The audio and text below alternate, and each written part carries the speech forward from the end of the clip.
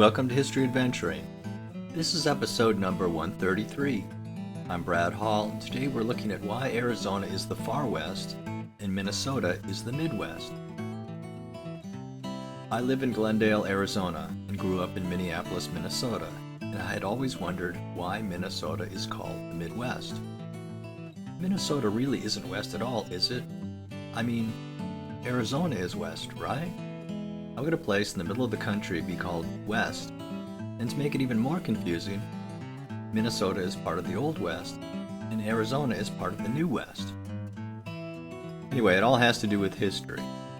Luckily, I enjoy learning about history, and if you time travel back to the days when most of the population in the United States was living east of the Mississippi River, it all starts to make sense.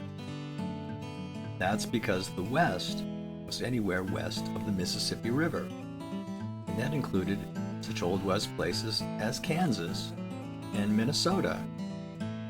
If Minneapolis doesn't make you think of the Old West, think of Dodge City.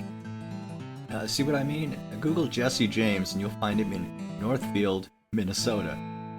Of course, places like Arizona, New Mexico, etc. were west, but they were further west and much newer. You see where I'm going with this? So newspapers would differentiate by calling them the Far West. Of course, the Minnesota area was called the Midwest. Starting to make sense now? Well, nowadays, when we think of gunfights at the OK Corral, etc., it's all the Old West. And when I stop at interesting places, like the Eagle Eye Cemetery near Aquila in the photo, I just call it having an Old West feel. But really, it's the New West, or the Far West. That's because I'm from the Midwest. This has been History Adventuring. I'll talk to you later.